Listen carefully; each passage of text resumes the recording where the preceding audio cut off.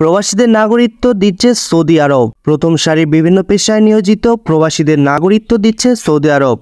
গত বৃহস্পতিবার 4 জুলাই বেশ কয়েকজনকে নাগরিকত্বের অনুমোদন দেওয়া হয়। বিশ্বের বিভিন্ন দেশের সৃজনশীল ব্যক্তিদের আকৃষ্ট করতে এবং অর্থনীতির, স্বাস্থ্য, সংস্কৃতি ও খেলাধুলার উন্নয়নে দেশটির এই সিদ্ধান্ত নিয়েছে বলে মনে করা হচ্ছে।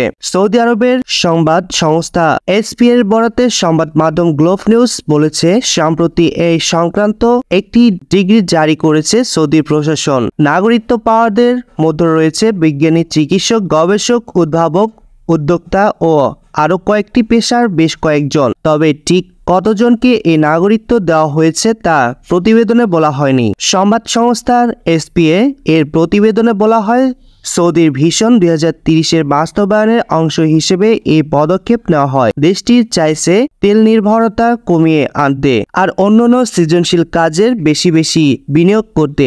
তবে কোন কোন খাতে টার্গেট করা হয়েছে তার ওই প্রতিবেদনে উল্লেখ করা হয়নি। সৌদি আরবের সংবাদ মাধ্যম আশরাক আল আসাদ বলেছে, যাদের নাগরিকত্ব দেওয়া হয়েছে তারা আমেরিকা, ব্রিটেন, ফ্রান্স ও সিঙ্গাপুর থেকে এসেছে। এই তালিকায় রয়েছেন আমেরিকার নাগরিক হ্যাভেলডিওশন ফাউন্ডেশনের প্রধান নির্বাহী মাহমুদ খান, বিজ্ঞানী জ্যাকি উই রু ইং, লেবাননের বিজ্ঞানী নেভি কাসার। সংবাদ মাধ্যম সৌদি গেজেট বলেছে, এর আগে 2021 সালে প্রথমবার বিদেশিদের এমন নাগরিকত্ব অনুমোদন দেন সৌদির যুবরাজ মোহাম্মদ বিন সালমান। এর 3 বছর পর আবারও এই অনুমোদন মিলল।